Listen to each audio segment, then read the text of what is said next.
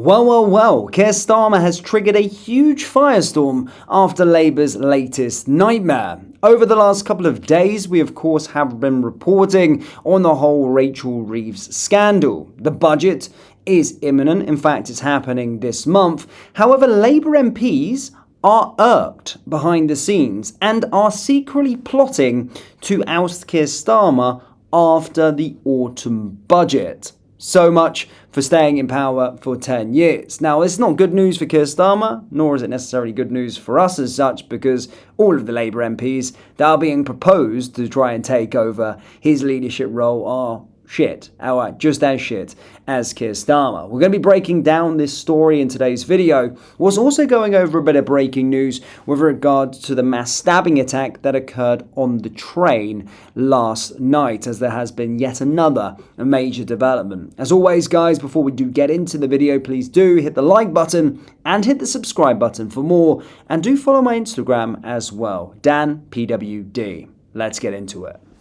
So as you can see here, guys, Daily Mail reports, and this has got some insider sources, of course, from within Labour. This is, not sort of speculation, so to speak, but it's, got some real credible sources from inside the Labour Party. But as you can see, Labour MPs are plotting to oust Keir Starmer by running as a stalking horse to trigger a leadership contest. After another disastrous week for the Prime Minister, in which he had to battle to keep Rachel Reeves in post as Chancellor after a row over a rental property, despairing ministers are talking openly about moving against him after this month's budget. With the party's poll rating sinking below that of the Greens in some surveys, MPs are assessing support for Health Secretary Wes Streeting, Home Secretary Shabana Mahmood, and former Deputy Prime Minister Angela Rayner, and potentially Ed Miliband, to potentially oust Starmer. I mean, these names, to be perfectly frank, are absolutely stinking as well. But what I'm trying to get at here is that these Labour ministers are not on his side. They're not singing from the same hymn sheet. Now, these manoeuvres came amid predictions by a senior Labour source that tensions over Keir's faltering premiership and the party's dismal poll ratings will come to a head after Miss Reeves' expected tax-raising budget later this month. One of the former ministers said yesterday, "You can't meet anybody, including cabinet ministers, junior ministers, or backbenchers, who is not talking about Starmer. It's not about when he should go, it's about who the possible replacement is." This is an absolute damning report on Keir Starmer. Everybody, junior ministers, backbenchers, cabinet ministers, are all talking about it and looking to try and oust him. And it does make perfect sense with the whole situation with Andy Burnham as well.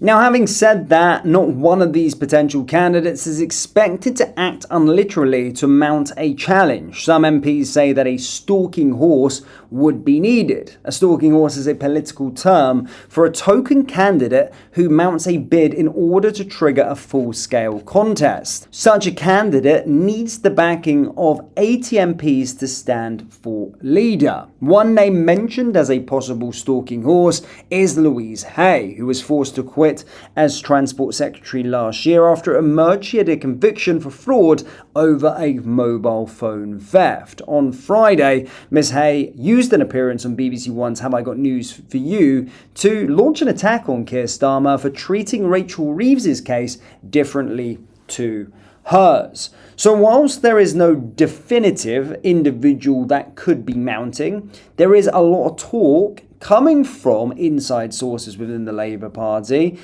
sources that are close, that MPs are not happy, and we're getting this revelation that they're looking to plot to oust him after the autumn budget. Now, if you dislike Keir Starmer, yes, I completely get it. It's a great thing. But look at the lunatics that could potentially be running and vying for his position. Ed Miliband. Ugh. Angela No-Brainer. Ugh. Shabana Mahmood. Ugh. Wes Streeting. I mean, there's no attractive proposition within the Labour Party, but it just shows you the internal feuds that the Prime Minister is facing at this moment in time. Now, in other news, there is another update, a bit of breaking news whilst recording this video with regard to one of the suspects who was arrested as a part of the Huntingdon train mass stabbing. As we reported to you earlier, whilst it was said that from eyewitnesses there was one guy that was going around stabbing people, there was 2 arrests at the scene. However, police have released a 35-year-old man with no further action after he was arrested at the scene of the Huntingdon train mass stabbing. British Transport Police confirmed that a 32-year-old man was also arrested on Saturday evening and is now being treated as the only suspect. A 35-year-old man from London who was also arrested at the scene has been released with no further action.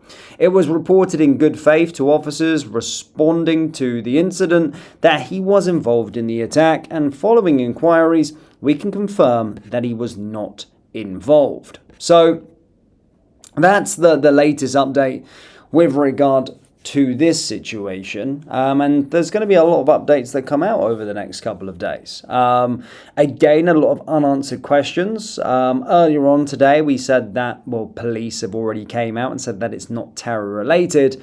And I'm almost dumbfounded by that sort of suggestion that it's not terror related, or it cannot be terror related.